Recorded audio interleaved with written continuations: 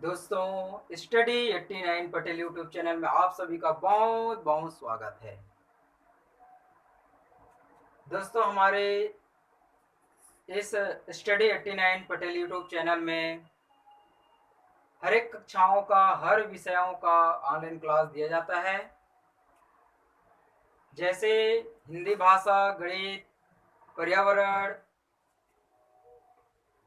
ठीक है, और साथ ही साथ जितने भी एग्ज़ाम, जो कंपटीशन एग्ज़ाम है, उनके तैयारी भी हमारे इस चैनल में 89 चैनल में कराते हैं। तो दोस्तों, आज हम हिंदी भाषा का मुहावरे मुहावरे चैप्टर से आज हम यहाँ पे अध्यापन करेंगे, सीखेंगे। इसके पहले हमने हिंदी व्याकरण से बहुत से टॉपिक पर, चैप्टर पर हमने वीडियो अपलोड कर चुके हैं, जैसे संज्ञा, सर्वनाम, क्रिया, विशेषण, वर्ण रचना, शब्द रचना, वाक्य रचना, ठीक है। तो आज हम पढ़ने जाएंगे मुहावरा। वीडियो शुरू करने से पहले दोस्तों, आपसे निवेदन है कि हमारे इस चैनल को सब्सक्राइब करें, लाइक करें और बेल आइकन घंटी को जरूर दबाएं। तभी आपको नोटिफिकेशन प्राप्त होगा और आप जान पाओगे कि हम कितने वीडियो और किन किन विषयों पर वीडियो अपलोड करते हैं और कितना अपलोड करते हैं। आइए दोस्तों, वीडियो को शुरू करते हैं। मुहावरे।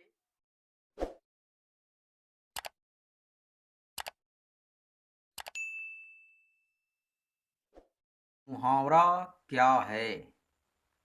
तो मुहावरा का शाब्दिक अर्थ होता है वाक्यांश। वाक्यांश बराबर वाक्य धन अंश। ठीक है, वाक्य के जो वाक्य है, संपूर्ण वाक्य है, वाक्य का एक अंश को मुहावरा कहते हैं। ठीक है, एक संपूर्ण वाक्य है और उसमें उस वाक्य को हम सार शब्दों के साथ उसको बताना चाहते हैं, तो उसमें का जो एक अंश है, कुछ अंश है, उस अंश के माध्यम से हम उस वाक्य को प्रस्तुत करते हैं। तो मुहावरा का अर्थ होता है कि वाक्यांश, वाक्य धन अंश। वाक्यांश में इसका स्वतंत्र प्रयोग नहीं होता, इसका स्वतंत्र प्रयोग नहीं किया जा सकता। ठीक है, स्वतंत्र रूप से इसका प्रयोग नहीं करते हैं। परंतु लोकोक्ति क्या होता है? यह एक संपूर्ण वाक्य होता है। ठीक है, किसी भी कथन को कहने के लिए हम पूर्ण रूप से वाक्य को हम और उसको अंश में विभाजित नहीं करते। हर उसका जो अर्थ है वो पूर्ण रूप से उसमें समाहित रहता है, यह लोकोक्ति होता है। और मुहावरा में संपूर्ण वाक्य के कुछ अंश को वहाँ पे प्रस्तुत किया जाता है, तो ऐसे शब्दों को, वाक्य को मुहावरा कहते हैं। अभी हम इन दोनों लोकोक्ति और मुहावरा में से आज के इस वीडियो में केवल मुहावरा को ही हम पढ़ेंगे। ठीक है, लोकोक्ति के बारे में अलग से हम इस चैप्टर का अपलोड करेंगे। ठीक है, आइए। तो विभिन्न यहाँ पे बहुत सारे मुहावरा है, इसका अर्थ को जानते हैं और वाक्य को भी प्रयोग करते हुए यहाँ पे देखेंगे। जैसे मुहावरा है कान लगाना। ठीक है, कान लगाना मतलब होता है ध्यान देना। ठीक है, कान लगाना मतलब क्या होता है? किसी पर कान को ऐसे करके लगाना नहीं है। कान लगाना का अर्थ होता है कि कोई भी बात को ध्यान से उसको सुनना। ठीक है, बहती गंगा में हाथ धोना। बहती गंगा में हाथ धोना, तो इसका शाब्दिक अर्थ होता है कि अवसर प्राप्त करना। मतलब जैसे भी थोड़ा सा अवसर मिल गया तो उसमें अधिक लाभ उठाना। तो ये हुआ बहती गंगा में हाथ धोना, अवसर का लाभ उठाना। कान खड़े करना। कान खड़े कर देना मतलब चौकन्ना होना। ठीक है, हम कहते हैं कि गांव में कोई चोर घुस गया है, तो इस समय में हमें क्या रहना चाहिए, चौकन्ना होना चाहिए। ठीक है, सावधान होना चाहिए। तो कान खड़े करना मतलब चौकन्ना हो जाना। तू डाल डाल मैं पात पात। ठीक है, तू डाल डाल मैं पात पात का अर्थ होता है, मुहावरा होता है कि आप जिस स्तर में हो, ध्यान से समझेंगे कि आप जैसे हो उससे कहीं अधिक मैं आपसे करके दिखाना चाहता हूं। ठीक, यहाँ पे तू डाल डाल मैं पात पात, अर्थात चालाकी का जवाब चालाकी से देना। ठीक है, इसीलिए कहते हैं कि यदि आप डाल डाल में हो तो मैं पत्ते पत्ते पर मैं चलूंगा। आप जितना मेहनत करोगे उससे अधिक मैं मेहनत करके आपको दिखाऊंगा। तो तू डाल डाल में पात पात का अर्थ होता है चालाकी का जवाब हम चालाकी से दें। आंख आंख लगना। ठीक है, आंख लगना, यहाँ पे देखिए दो अर्थ होता है, आंख लगना और आंख लगाना। तो आंख लगना का मतलब होता है कि सो गया, अरे वहां पे मोहन बैठे बैठे उसकी आंख लग गई, है ना। तो यहाँ पे आंख लगना मतलब होता है सो जाना। आंख लगाना, ठीक है, आंख लगाना, निगाह रखना, निगाह रखना या आंख लगाना। काट का उल्लू होना, काट का उल्लू होना। तो काट का उल्लू मतलब, उल्लू मतलब क्या होता है, मूर्ख। ठीक है, ऐसा व्यक्ति जो मूर्ख है, कुछ भी हर कार्य उसका क्या है, मूर्खता पूर्वक होता है। तो वह बहुत बड़ा मूर्ख है, रामू बहुत बड़ा मूर्ख है। ठीक है, तो काट का उल्लू होना मतलब बड़ा मूर्ख होना। आंख खुलना मतलब सजग रहना, सतर्क हो जाना। ठीक है, कपटी मित्र, कपटी मित्र, कपटी मित्र। तो यहाँ पे कपटी मित्र क्या होता है कि दोस्त मित्र ऐसा हो जो साथ में रहता है, साथ में चलता है, परंतु अंदर से वह धोखा देता है, धोखा देना। तो कपटी मित्र का मतलब होता है धोखा देना, या आस्तीन का सांप कहलाता है, आस्तीन का सांप। गांठ, गांठ का पूरा। तो गांठ का पूरा का मुहावरा है मालदार या धनी। ठीक है, पुराने समय में हम लोग देखे हैं कि जो महिलाएं होते हैं, होते थे उस समय, जो पैसा है, रुपया है, उसको अपने क्या है, साड़ी के एक कोने में उसको गांठ बांध कर उसको रखते थे। ठीक है, तो मत कहने का मतलब यह है कि वह धनवान है, उसके पास पैसा है, संपत्ति है, रुपया है, तभी तो वो गांठ बांध कर रखा है। तो जिसके पास धन संपत्ति है वो क्या है, धनी है, धनवान है, पूंजीपति है, संपत्ति वाला है। तो गांठ का पूरा का अर्थ होता है मालदार, जिसके पास माल हो, धनी है। बालू से तेल निकालना, बालू से तेल निकालना कभी असंभव संभव हो सकता है क्या, बालू से कभी तेल नहीं निकलता, मतलब असंभव कार्य, ऐसा कार्य जो संभव ही नहीं है, असंभव कार्य है। ठीक है, बालू से तेल निकालना या हाथ में पेड़ उगाना, ठीक है, यह असंभव कार्य है। चमड़ी जाए पर दमड़ी न जाए।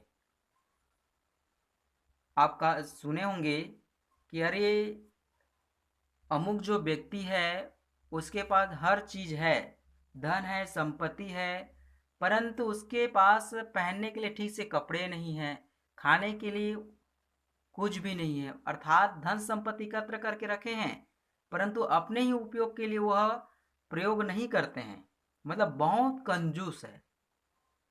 तो इसका चमड़ी जाए पर दमड़ी ना जाए का मुहावरा होता है बड़ा कंजूस। सब चीज होते हुए भी क्या है, उसके पास कुछ भी नहीं हो पाता, कुछ भी सावधान व्यवस्था नहीं हो पाता है, खाने पीने के लिए वो तरसते हैं और सब चीज़ हर संपत्ति अपने पास में रखता है, तो ऐसे व्यक्ति को बहुत कंजूस कहते हैं। पानी से घी निकालना, तो पानी से घी निकालना मतलब क्या होता है? वही है असंभव कार्य।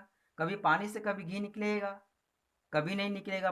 घी तो आपको दूध से उसको गर्म करके, ठीक है, फिर उसको जमा कर, है ना, तब उसको फिर अलग से उसको मंथन करने के बाद फिर क्या निकलता है? घी निकलता है। और पानी से क्या आप उसको उबाल कर जमा कर उसको मंथन करोगे तो घी निकलेगा? कभी संभव नहीं हो सकता।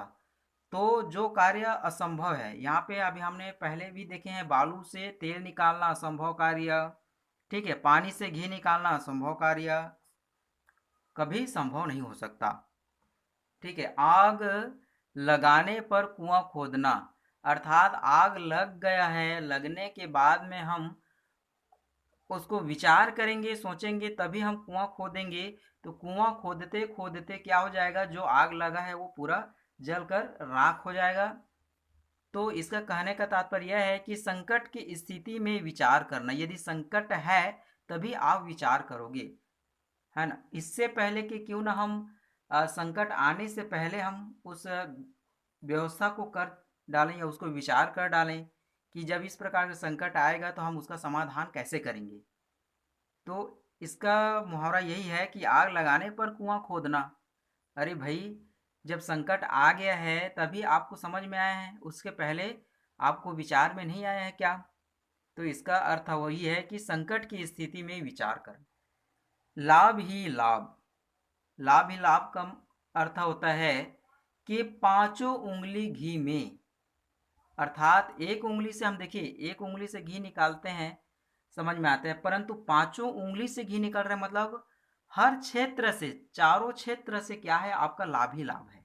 इसी को कहते हैं, अरे वाह, इसका किस्मत बहुत अच्छी है भाई, कि चारों तरफ से इसका आय है और हर तरफ से इसका लाभ ही लाभ है, मतलब पांचों उंगलियों में घी है। मुहावरा का अर्थ होता है पांचों उंगलियों में घी, लाभ ही लाभ, चारों तरफ से लाभ ही लाभ। चांद पर थूकना, चांद पर थूकना मतलब क्या होता है कि किसी अच्छे व्यक्ति पर क्या लगाना? आलोचना, शिकायत करना, या निर्दोष व्यक्ति पर कलंक लगाना। किसी भी व्यक्ति अगर वह कर्म से अच्छे हैं और उस पर आप यदि शक के माध्यम से आप उसको आलोचना करोगे या कलंक लगाओगे, दोष दोगे, तो ऐसे स्थिति में क्या हो जाता है? चांद पर थूकना होता है, मतलब अच्छे व्यक्ति पर उसको दोष देना। तो निर्दोष व्यक्ति पर क्या लगाना? कलंक लगाना, इसका शाब्दिक अर्थ है। स्वावलंबी होना, अपने स्वावलंबी होना मतलब अपने पैरों पर खड़ा होना। स्वावलंब स्वधन आलंबा, मतलब स्वयं, स्वयं के पैरों पर मतलब खड़ा करना, किसी पर आश्रित नहीं होना।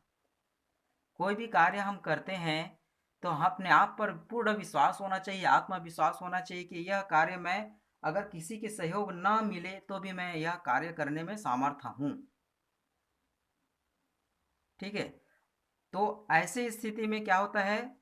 स्वावलंबी होना, स्वयं अपने पैरों पर खड़ा होकर वह कार्य को डट कर करना, तो यह स्वावलंबी होना है।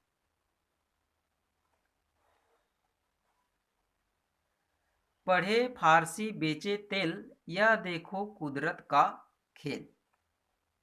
इसका अर्थ होता है योग्यता के अनुरूप काम नहीं, विवश होकर निम्न काम करना। जितना आपका जो योग्यता है उसके अनुरूप काम नहीं कर रहे हो, बल्कि आप विवश होकर मजबूरी में वह कार्य आप कर रहे हैं, इसका अर्थ होता है।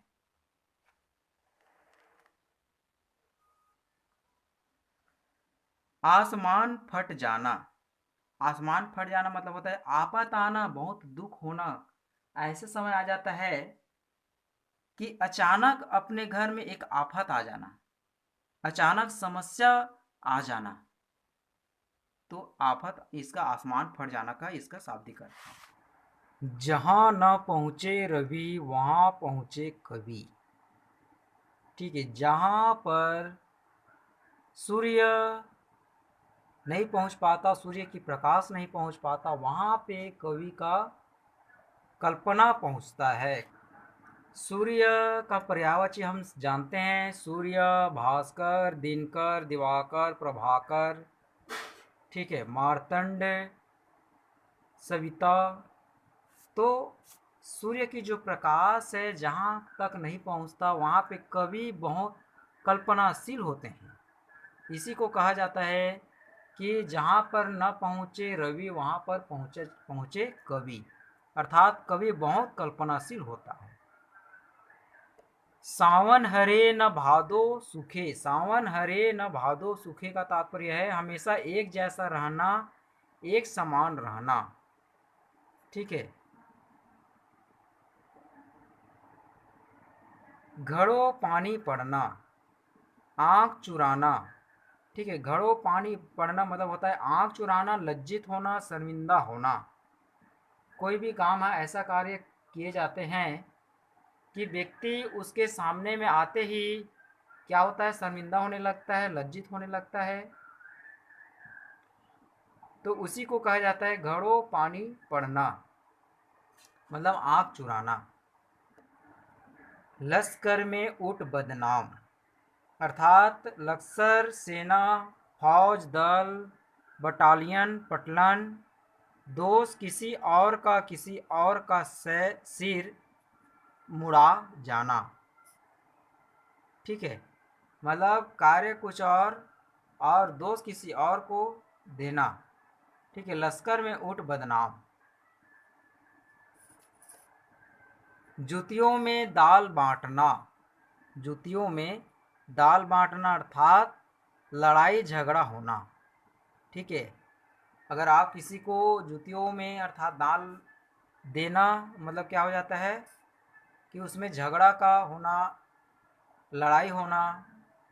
कुछ कुछ ग फोड़ा और ससुर वैद, यहाँ पे क्या होता है, धर्म संकट की स्थिति जहाँ पे ओछे की प्रीति बालू की भीति, अर्थात होता है अच्छे प्रेम बालू दीवार। शोक करना, शोक करना, सिर पीटना। उंगली उठाना, उंगली उठाना का मुहावरा होता है दोषी की तरफ इशारा या संकेत करना। जो दोषी है, जो गलत कार्य किया उसके तरफ दोष इशारा करना, संकेत करना। कलई खुलना, कलई खुलना का होता है भेद का पता चलना, सच्चाई का पता, भेद का पता चलना, सच्चाई का पता चलना, चल जाना, भूलना। मुंह की खाना अर्थात हार जाना, मुंह की खाना मतलब होता है हार जाना। खेत खेत रहना, शहीद हो जाना, खेत रह जाना होना मतलब शहीद हो जाना, युद्ध में शहीद होना, वीर गति प्राप्त होना। तलवार की धार पर चलना, तो इसका मुहावरा होता है कठिन कार्य करना, ठीक है। तलवार के धार पर चलना बहुत कठिन काम है और माना जाता है कि अब धार पे पैर रख कर चलना मतलब बहुत ही तपस्या और कठिन कार्य है। इसीलिए कहा जाता है तलवार की धार पर चलना अर्थात कठिन कार्य करना। आँख से अंधे गांठ के पूरे, तो वही जो पहले बता चुके हैं, आँख से अंधे गांठ के पूरे मतलब धनी परंतु मूर्ख, धनवान है, ठीक है, उसके पास संपत्ति है, पैसा है, परंतु उस पैसे को सही काम में लगा नहीं पाना, तो यह हुआ धनवान है परंतु वह बहुत मूर्ख है। ये न नौ मन तेल होना और न राधा नाचेगी, यहाँ पे इसका मतलब होता है ये असंभव कार्य। बैल न कूदे कूदे तंगी, मालिक के दम पर नौकर का साहस, ठीक है, मालिक के दम पर नौकर का साहस। पेट भरे मन मोदक से कब, इसका अर्थ है केवल सोचने से मंजिल नहीं मिलती। ठीक है, बहुत अच्छी मुहावरा है। पेट भरे मन मोदक से कब, मतलब आप केवल सोचकर आप अपने पेट को नहीं भर सकते। ठीक है, अर्थात सोचने से सोचकर आप उस कार्य को करेंगे तभी आप उसको सार्थकता में होगी और लक्ष्य प्राप्ति होगा। आँख का पानी ढल जाना अर्थात निर्लज हो जाना। चोर के पैर नहीं होते। जो दोषी व्यक्ति होता है वह अपने आप फंस जाता है। थाली का बैगन, बिन बेंदी का लोटा, ऐसा व्यक्ति जो सिद्धांतहीन है, अर्थात हमेशा अपने सिद्धांत को, सत्यता को बदलता रहता है, इसी को कहते हैं बिन पेंदी का लोटा अर्थात थाली का बैगन।